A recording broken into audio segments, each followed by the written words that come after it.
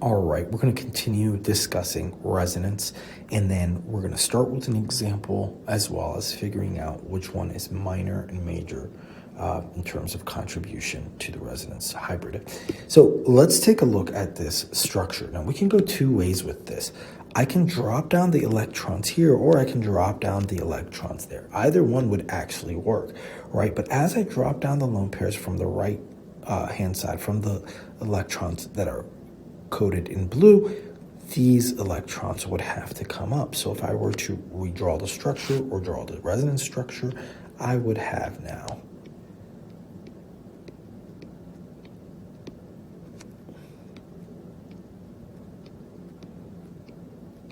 go ahead and try to draw everything in and then color code it. So what happened to the blue electrons? They dropped down to form this bond right there. Now what happened to the red electrons? They got kicked up onto the oxygen, giving it a formal negative charge. And so we have to copy over the positive charge. So this would be the resonance structure. Now let's take a look at what's major and what's minor. This one has an octet on all the oxygens, 2, 4, 6, and then the blue, 8, and then nitrogen would have an octet, although it is positively charged, but it still has an octet. The oxygen at the top has 2, 4, 6, and then the 8th would be in the red. 7 and 8 would be comprised in the red bond, so that's happy. And then this oxygen is also happy, right? So all of these have met their octets. So the structure on the left is good when it comes to octets. What about the structure on the right? So this has 8 electrons, that has 8 electrons, albeit a positive charge. That oxygen has 8 electrons. You can go through and count yourself. And then this final oxygen also has 8 electrons. So all of these also have 8 electrons. So usually if one has octets and the other structure does not, then the one with the octets is going to be major. But since both of these have octets on all of their atoms, they're not going to differentiate between major and minor. These will be equally contributing to the resonance hybrid. So what else can we figure out? Well, negative charge. Is the negative charge, so in the structure to the right, we have a negative charge on most electronegative atom. So that's great, that's what we want. But guess what? On the structure to the left, we also have a negative charge on the most electronegative atom. So both of these are equal contributors. Oops, where did it go? I zoomed in. There it is. We found it again. And so both of these are equal contributors. Now there is a possible resonance structure that we may not have seen. Now we went one way with the lone pairs. Let's try going the other way. So I'm going to copy this and I'm going to paste it here. And I'll go ahead and erase some of those arrows so that way we can go another way. Let me put these lone pairs in green. Now what's going to happen is when I move these lone pairs in, kick that out, I will have a resonance structure that looks like this.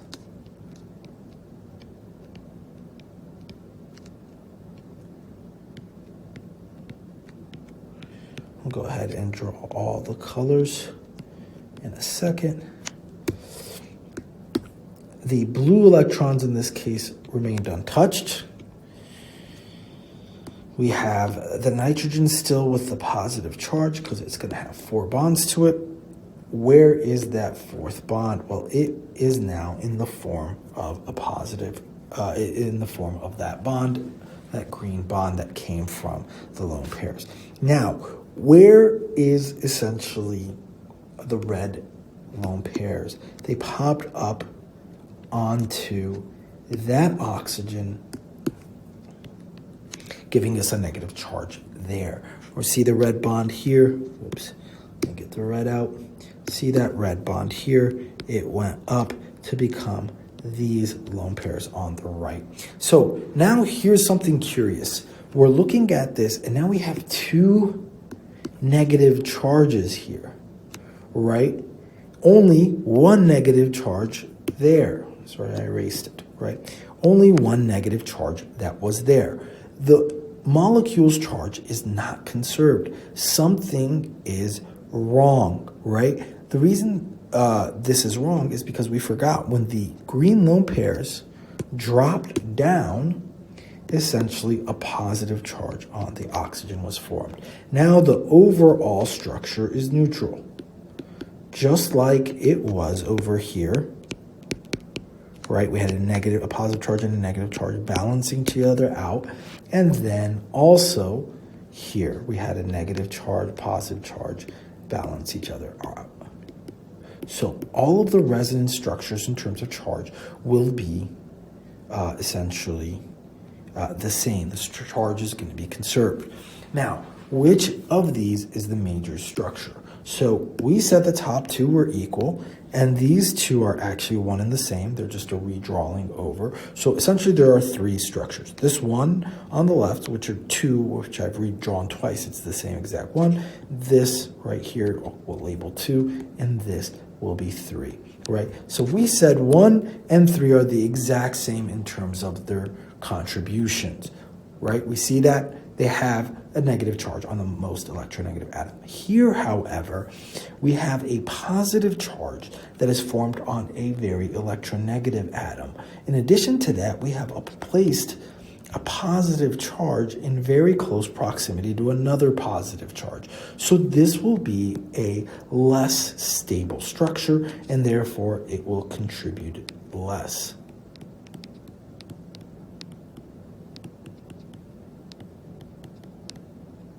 Although everything still has its octet, all the octets are satisfied, structure number 2 will be less of a contributor to the resonance hybrid. So structure 1 and 3 will ultimately be the two that contribute most to the resonance hybrid. Let's go over another example.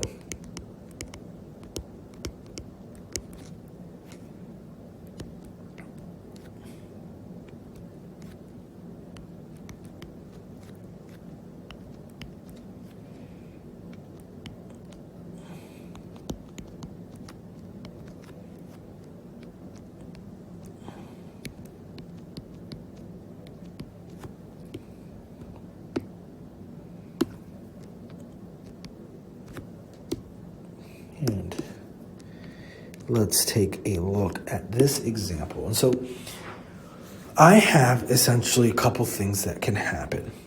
And we said there were different ways resonance can occur. When you have a positive charge adjacent to a double bond, resonance can occur that way. We also have a lone pair adjacent to a double bond. So resonance can occur that way. So we can have actually multiple resonance structures based off of this one structure. And so when we look at this, I'm just going to go ahead and I'll label this in, let's do red, this bond right here, and I'll draw the resonance structure.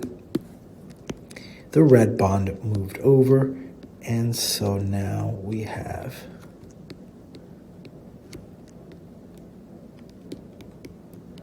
draw in the lone pairs there.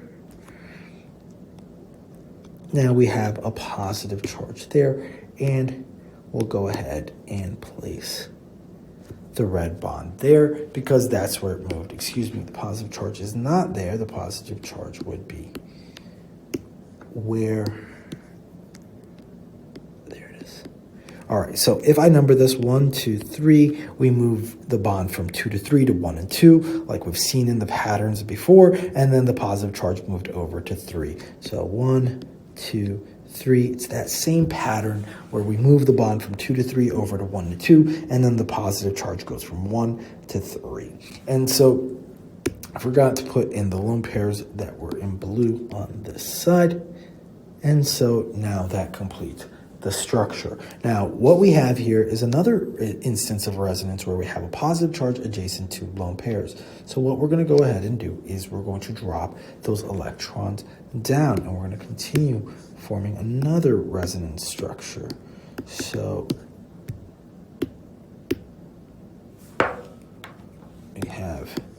resonance structure here. 1 second. Adjust, and there we go. And so I'll move this over a little bit. And then now we have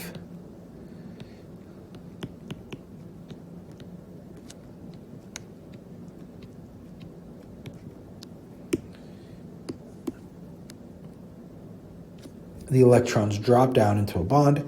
This becomes positively charged, so the positive charge moves over. Let me articulate the positive charge in green instead, so that way we can see its movement clearly across the atoms. There we go. And then the red bond stays where it is because it wasn't involved in movement this time. And we lastly have this bond coming down. Let me make sure that I got everything. Yep, okay. And so this is what happened. So the blue electrons drop down to form a bond between the oxygen and the carbon that's right here, which is initially designated 3 in this upper structure. But again, that's arbitrary. If I were to have to renumber it, I could number it from the carbon and the oxygen, only 1 and 2. And so you now have a new resonance structure. So which of these is major? Which of these would be major? And before we do that, is there another possible resonance structure? There are. I could have gone this way instead of with the oxygens. And so if I, let's say, move it with yellow and go down a different road for resonance,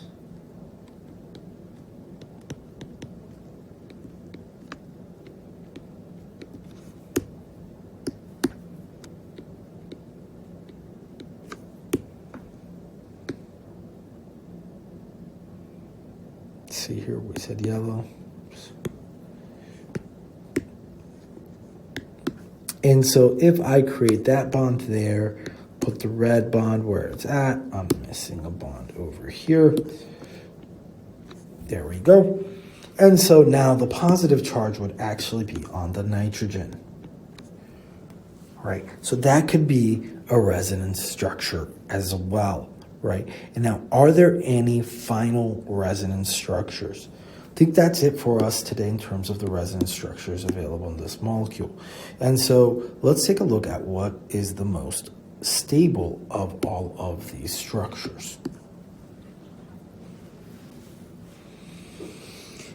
We have, for instance, octets on these structures here, but not two others. So let's take a look. Octets are met here and here. So these two structures have octets. All have octets.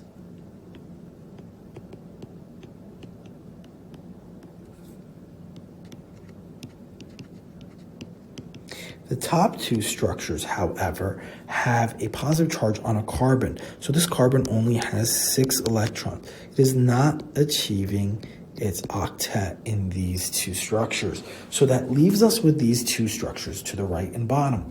They are ones that have the octets being satisfied. When we said the octets being satisfied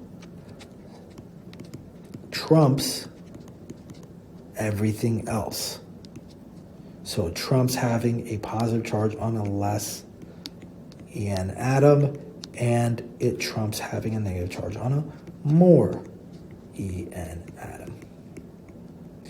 All right, and so those two have octets. Now, of those two, which one is better, a better structure? Which one's more stable? Well, having a positive charge on a less En atom would be better. And nitrogen is less electronegative than oxygen. So nitrogen less En than oxygen. So this structure over here would be my major contributor.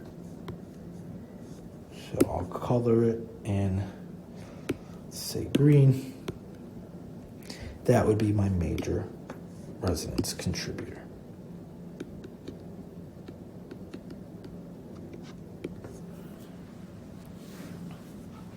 All right. Let's do one more example.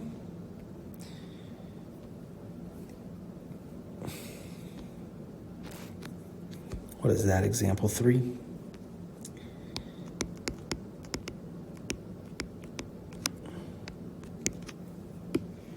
It's a little bit thicker. And let's go ahead and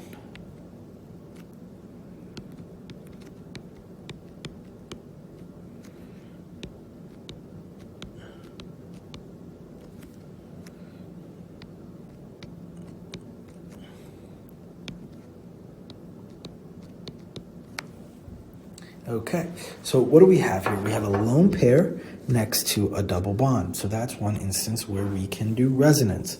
So let me color these lone pairs blue, and let me color this bond red, right? And so let's go ahead and drop these lone pairs down and kick that red over there onto the third carbon. So if we number this 1, 2, 3, what happened is the lone pair dropped between 1 and 2, and then the bond between 2 and 3 dropped to position 3. And so if I were to redraw this, or excuse me, draw the resonance structure of this, I would have this right here.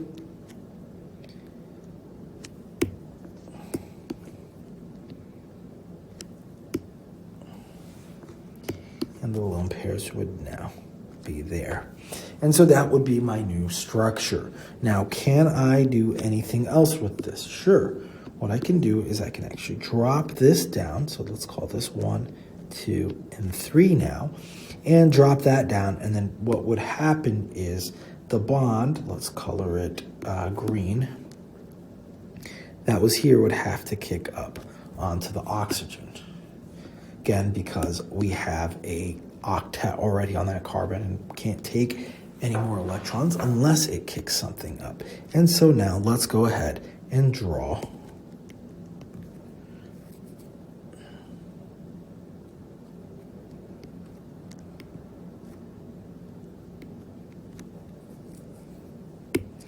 so here the lone pairs went and became a bond. We still have the bond over here. The oxygen is up here with the electrons that were there in the first place. And now the bond that was a green bond now becomes green lone pairs. And then the negative charge is now on the oxygen.